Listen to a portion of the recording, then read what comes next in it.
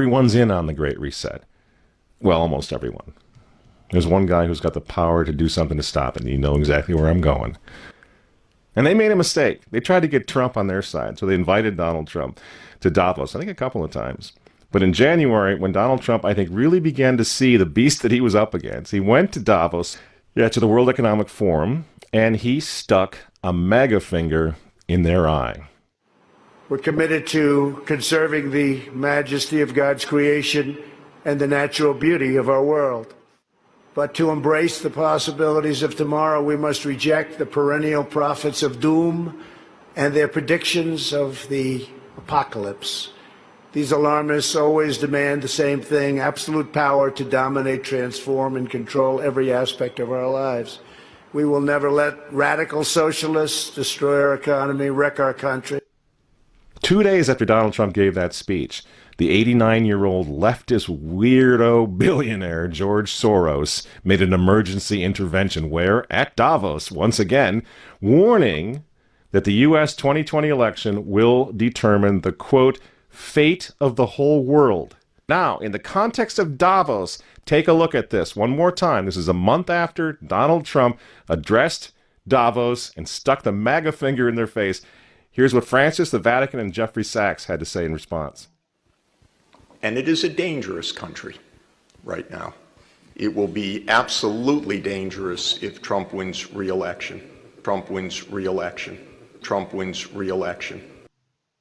Francis invited this guy to the Amazon Synod as an honored guest and advisor. He's also Bernie Sanders' advisor. What's he doing in the Vatican? Why is this guy who's a promoter for socialist, out and out socialist, Bernie Sanders, what's he doing advising the Pope? Why does he have entree to the Vatican, friends? Sachs supports abortion and contraception, but that's not a problem for the Vatican. For the Vatican, for Pope Francis, and for his friends at the UN, Donald Trump is the problem, obviously, friends. Clearly, I consider the Trump administration a danger to the world, but I regard it as a purely temporary phenomenon that will disappear in 2020. Do you get it? Do you see why there's so much hate for Trump?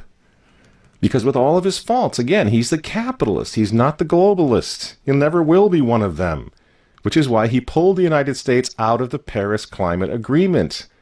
Donald Trump pulled the United States out of the World Health Organization. That's Bill Gates and company.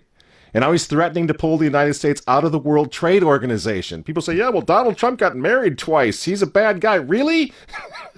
He's right in the face of the demons on this, friends. Nobody ever said he was a saint. He's knocking the sacred cows of the United Nations down all over the world right now.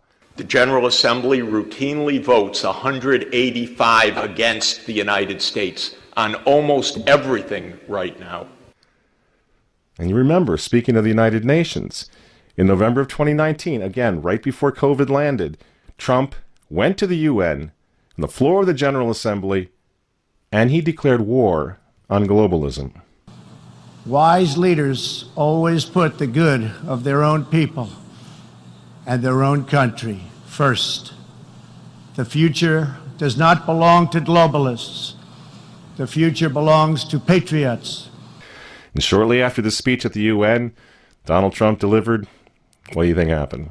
The coronavirus was unleashed on the world, and Trump's booming U.S. economy went on life support.